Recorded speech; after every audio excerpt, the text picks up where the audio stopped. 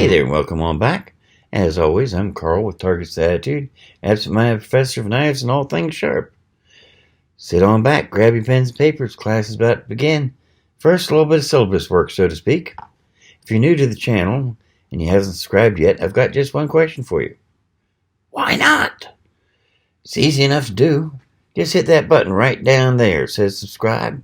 Then after you do that, you hit the bell next to it. That way you get notified every time I do a new video. It's a win-win situation.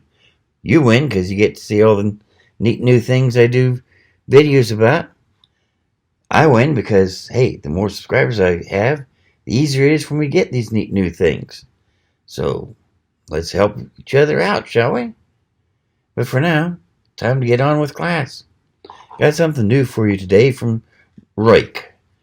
This one is the P875-SZ. Interesting looking knife. I mean, I love that honeysuckle they etched into the stainless steel handle. It's just gorgeous, with a little bit of black carbon fiber inlay around the pivot point. Very, very sweet.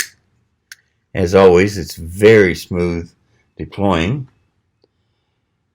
This blade, as is pretty standard for Ruike, is 14C28N Sandif steel, which is Scandinavian steel, I'm given to understand. According to Sandif, it was originally developed for K and Kershaw, but a lot of companies are using it, and Ruike really loves it. It's not an assisted opening, but it just, like most Ruikes, it just floats right out there. Doesn't matter. It is a frame lock, not a liner lock. I know some of you like that. It's also got what they call their Beta Plus lock. Push that thing forward, you cannot close that knife. It's not going to happen. Pull it back again, and it closes just fine. Very nice design indeed. Blade is a standard drop point. It's got a flat grind, almost a saber grind, because it comes up very close to the edge here. All in all, just really sweet. Blade itself is 3.5 inches long. The handle is, let's see here, yeah, the handle is just about 4 inches long. So the whole thing is 8.19 inches in length open.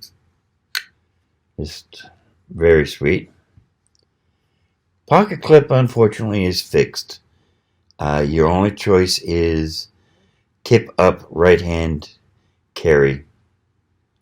I mean, that's not a problem for me. That's the way I prefer to carry knives. But if you're lefty, or if you prefer tip down, sorry, just isn't going to work for you. Still, as always, Ruike is just feels so good in the hand. Very comfortable. No jimping on the blade, unfortunately, but I don't miss it too much. Still feels really good. Thumb doesn't want to slide off, so that's good. Centering is sweet. Fidget rating. Okay. Yeah, it just really nice opening. I really like that. Okay, so it's not like a Spyderco or some of the others, but it just, you're not going to miss it. I really like the way it opens. So let's see how it does through a standard battery test, shall we? Start with a standard piece of scrap paper. And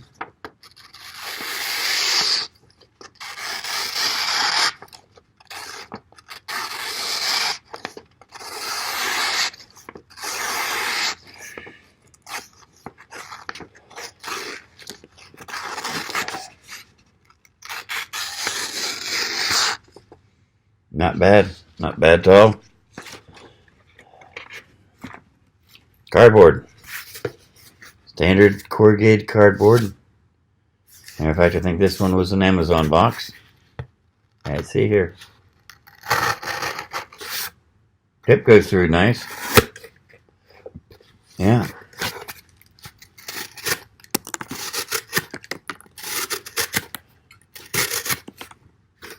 Going to open your boxes for you without any problem whatsoever.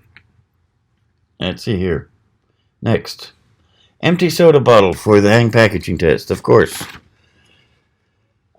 Don't have any hang packaging I need to open right now, but you know, this will work just fine to test to see how it works.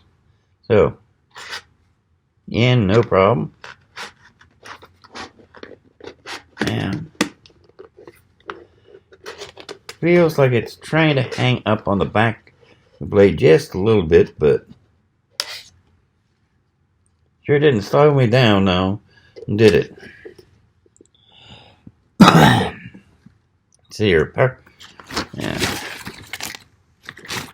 paracord. Here we go. Never know when you might need to cut some cords, so let's see how it does with this. That was sweet and smooth.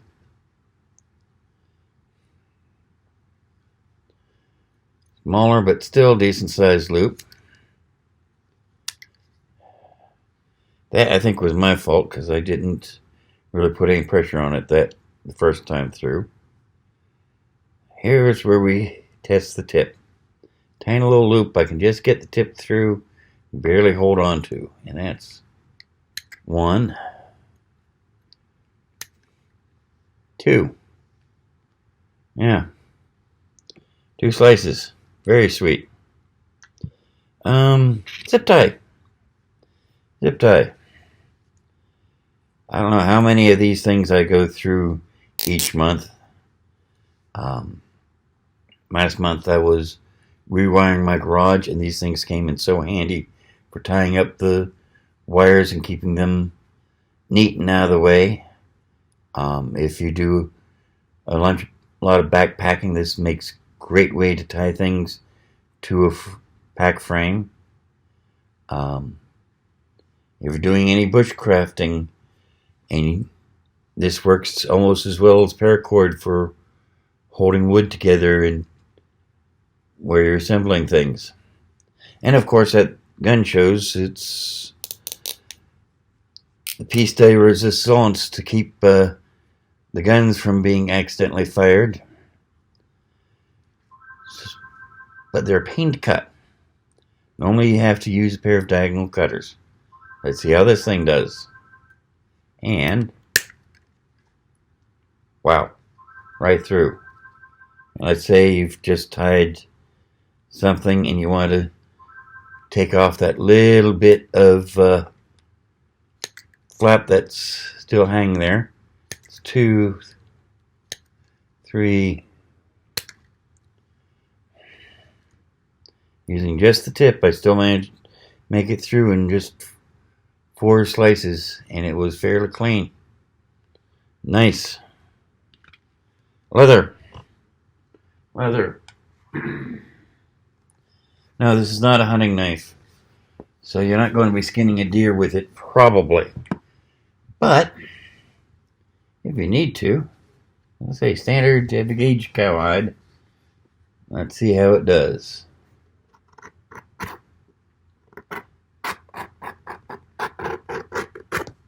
Yeah.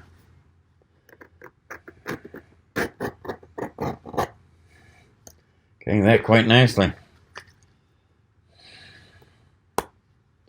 Let's see how well it bevels the edge. Not something I always do, but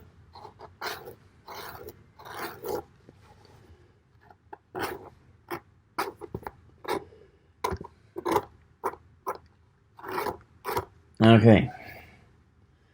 Maybe not quite as nice as a standard hunting knife or camp knife, but it gets the job done quite nicely.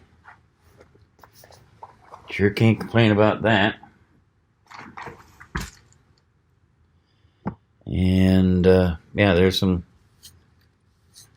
other scraps, but no, now there isn't. Wood. Let's see here. There's a piece of wood from my shop. Left over from when I was making some snowman-shaped candy dishes.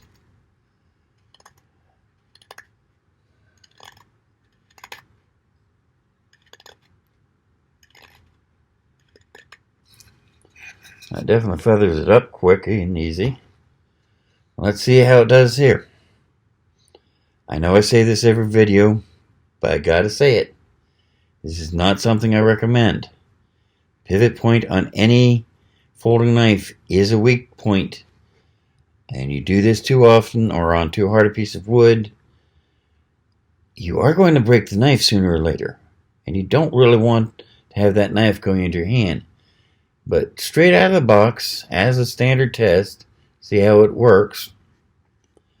We can do this. Now let's see here. Whoa. Well, yeah. Quick work of that. Very sweet. I don't see any folds, chips, or anything on the blade other than a couple burnt marks that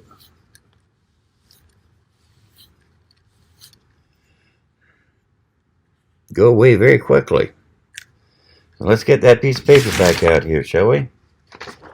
And let's see if we did pick up any damage.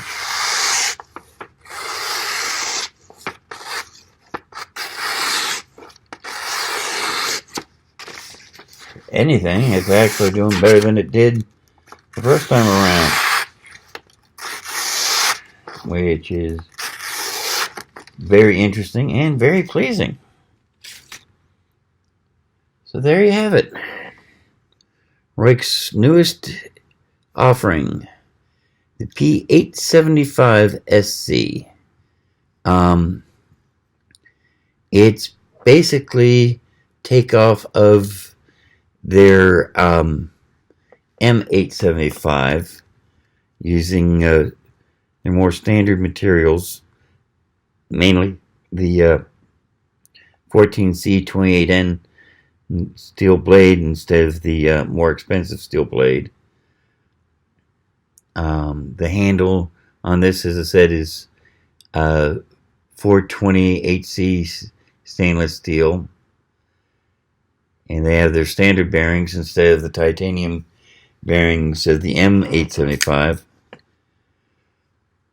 But on the other hand, this has a minimum advertised price of $59.95, suggested retail price of $74.95, whereas the M875 is $160 plus.